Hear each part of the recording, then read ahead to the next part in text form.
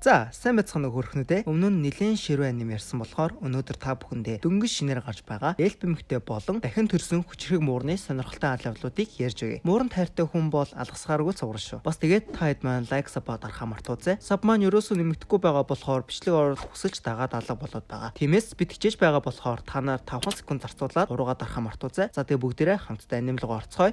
Нэгэн агууд гол төр маань өөрийгөө хаан байгаа гайхсэр. Түүний хамгийн сүүлийн дурсч болбоос чөтгөрийн гэлдэл сүл болон газар тунсан мөч байлаа. Түүний дараачаар өөрийгөө дахин төрснөө ойлгон ээс түвшний аратан бихимос гэдгийг мэднэ. Улсаараа тулдгастай гамшиг төвшний мангас. Хүмүүсийг хамгаалдаг байсан баатар маань өөрийгөө их хэл сүрэлгээр бодон усны тусгал хаартал зүгээр л энгийн мууршиг төрөх түүнийг угцсан гайхсандаа бүр хаширхан тэр. Үзэгдэл солигдсон Ария химэх үзэсгэлэн тэл хувцас солин өмсөж илдээ аван ажилдаа гарна. Харин баатар маань мууршиг байгаадаа гайхсан ч хоёр дахь амьдрал бурхан түнд өгсөн баяр юун түрүүнд өөрийнхөө хүчийг туршихыг хүснэ. Нэг слайм ирэхэд түүнийг чулуу шидэх скелээр унгаад өлсөндөө түүнээс итгэхэр боллоо. Бодсноос хамаагүй амттай тул идэж байдал тэрээр эзэн мангасынхаа хүчийг авдаг тусгай скел. Мөн хүсснээ хийдэг агуулгын чадвартай болохоо мэддэг. Муур маань ч илүү хүчтэй болохыг зорин замдаа таарсан лөө. Минотав голем хорт могоо гээл баггүй хүчрэг мангасуудыг дийлж хүчийг нь өөрийнх болголоо. Тэгж явж байгаад Эрдэнэсийн хайрцаг олон очиж доторх эрдний чулууг харан алмаарч байтал энэ нь урих байж тараад түүнийг ээс түвшний мангас газрын лулуу шилжүүлчихдэг. Лууч өөрийг нь сэрээсэн дэхэд хэлэгнэн муурыг маань алхаар дайр. Тэр хоёрын хооронд хөөрхөн тэмцэлдэг өрнөсөн ч саяхан төрсөн тул муур маань арай л бардалгүй ялагдаж нүрийг нь гимтээгээд арай хийн зогтно. Өмнө гарсан тэрэл данжинд явж байх ба үхлийн ирмэт ирсэн манай муурыг асарч гэртээ аваачин сууллаа. Ариач түүнийг ихэд халамжилж хооллож хамт унтаж хэдэн өдрийн дараа манай муур маань бүрэн сэргэв. Ийм сайхан хандсан тул муур маань түүнийг өөрийн эзнээ болгохор шийдэн данжин руу нууцаар даган явлаа. Ария хэдэн гоблинуудад харагч ядах юмгүй ялна. Гисэн эдэж сэлмэд илэхгүй дорхноо л ядарна. Гэнэт удаган гоблин гарч ирээд түн лүү галаар дайрахад муур эзнээ авран хүчээ нуухын тулд гоблинг мажиж эзнээ аварна. Ария гайхсан ч түүнийг аварсанд нь баярлаж ил шагнал өгнө. Гэхдээ хардаа нэг хаан нийлээд манай муур чамар царай гаргаад байна. Адал явдал хаагчдын уушин газарт ирэхэд туслах төрийн авраа ханхлуулсан нэг багийн гарч ирэх шүлсээ долоогоод манай элбиг манай бактор би чамласан хаанд гээл дайраад гарна. Муурчаа зүгээр байх уу түүнийг мажиж эзнээ аварлаа. Нөгөө нэг багийн ч нуурандаа дайрах гэж байхад нь уушин газрын эзэн бололтой сонин гарч ирээд түүнийг хамгаална.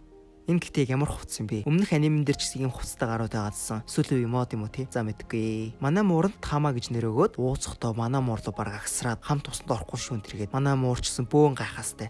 Хамтдаа усанд орох болоход ч Хүлэг баатарын хувьд эзэн орхгүй гэж далиндуулаад эмэгтэйчүүдээ халуусанд цугуурна. Тэгээд таамаа түүхээ ярьж өөрийгөө хүчтэй болох болов уу? Намайг багаахад манай тосгонлоо чөтгөрөө дайраад сэлэмчин гэгэнтэн ирж аврахад түүнийг бишрээд бусдыг авардаг хүчтэй хүн болохоо өөртөө амласнаа хэлнэ. Маргааш болж ээлбэд тэр авийн бүх хүмүүс бүгд лилгэмсэг байх ба уушин газар очтол нөгөө тэнэг царайчин гарч ирснэ. Муурч намайг гимтээсэн тул үнгийн зарлагаар наатгаж устгах гэхэд Ариас сөхөрч унлаа. Тэгээд ганцлаарга байна халс толдъя. Чи албол над муураа ав ялагдвал миний ихнэр бол гээд атга санаагаа хэлнэ. Ариа маань ихээр айж байсан ч зөвшөөрнө. Учир нь эльф маань дөнгөж дий зэрэгэл бөгөөд дүнхүү чинь ээс зэрэглэлийнх юм байлээ. Барцсандаа нөгөө дүнхүү чинь зэрэгэл өөр болохоор өөр туслах хүн амтан байна уу? Байхгүй бол халс тулдъя гэнэ. Хинч гараа өргөдөггүй ба хөөрхий манай муурал эзнийхээ талд орон хамтдаа тултаар болно. Тулаан эхлэхэд эльф маань тэр дорол хөлтөн тэглэн унаж илт давуу ялагдаж эхэлдэг. Таамаач өөрийгөө илчлэхээс баг зэрэг айж эцэстээ орхоор шийдэн төмөр биеэрээ дайралтын хаан чанга чимээгээр модлоод үлхэн. Тэгсэн сэлмэн нисэж ирээд нөгөө за хилээ яах вэ те? Таамаа маань илчлэгдсэндээ айсан ч бусад хүмүүс түүнийг эс зэрэглийн аратнаар бус элементал муур гэж бодоод зүгээр өнгөрдөг. Таамаа эзэндээ ирэхээс хэрэг ба өөрийнх нь үүрэг гэж өөрийгөө хамгаална. Тэр хоёр нэгэн аратан охинд арахныг очих ба тэр нь таамаад маань их л сайн байна. Ирсэн зорилго нь таамаад хуйг хийх ба хэмжээгээ аван шууд л ажилдаа орно. Шинжүүн хийсний дараагаар хуйг бэлэн болж муур маань шинэ хувцас авлаа. Харин Ариагийн сэлмийн хувьд хүнд байсан тул хөнгөн болох гэсэн ч боломжгүй гэж хэлдэг. Тиймээс аратан охинтой хамт цамхаглуу орохоор болж ойр зуран хідэн гоблинуудыг тэр дорхноо л ялна. Аратан эмэгтэй маань гал төсвөртэй тул удаа интервьюч болохгүй тэр дороологдлаа. Гэтэл цаанаас нь шүлсэн урссан орх гарч ирэхэд Ария таамаа хоёр хамтран дийлнэ. Мангас эмэгтэй Ариагийн сул талын мэдэн зөвлөгөөрөхөөр болж дараачийн энэ нэлцгай биетлүү дайрахаар ирлээ. Энэ нэг нэлцгай биетэд баригдвал яг уу нэг тиймхэн зүйл болдог болохоор ялагдах хэрэг гэж байхгүй. Ария ч өөрийгөө хүчлэн зөвлөгөөг нь даган хурдан цохилтоосон болтон аратан охины шийдсэн жижиг утгаар нэг мангасыг тэр дорн устгадагч сүүлийнх нь хүчлэг бодис эльф охин дээр асглаа. Иймэрхүү зүйлийг таамаа надад хийх хэрэгтэйгээд саяхан сурсан салхин цэвчлэлтаараа нэлцгай биетийг ялна. Том бас хүнд сэлэн бус харин хөнгөн жижиг зэвсэг ашиглах нь түүний хурцтай зохицдог тул энэ бол түнд нэлээд том дэвшил болгон тэр. Боломж олдсон дээр нэгээд таамаач мангасыг идэж хүчийг нь авах гэсэн даанч муухай амттай байна. Муухай махыг нь төвчж эзснийхээ хариуд сарамжуулах чадвар аваад эргээд хартал. Нөгөө Ария маань хүчил цацанд нь уурлаад өгсөн ч гэсэн хуцгаар төрсээр л байдаг. Тулааны дараа доошоо ахин явхаар болж түүнээс өмнө амархахаар боллоо. Тэндэн мэрэгний чулуу гिचэн ачаар доод төвчний мангас ойртохгүй тул амархаад тун боломжтой. Тэгээд тэр хоёртой усанд ороод тэгээ манай муур маань тэр хоёртой тоглож байтал аратан охин маань элементар муур ямар ч биетэй харилцан үйлчилдэг гэсэн дээлбанд баярлаад за мэдхгүй наним юу ч болоод байгаа юм.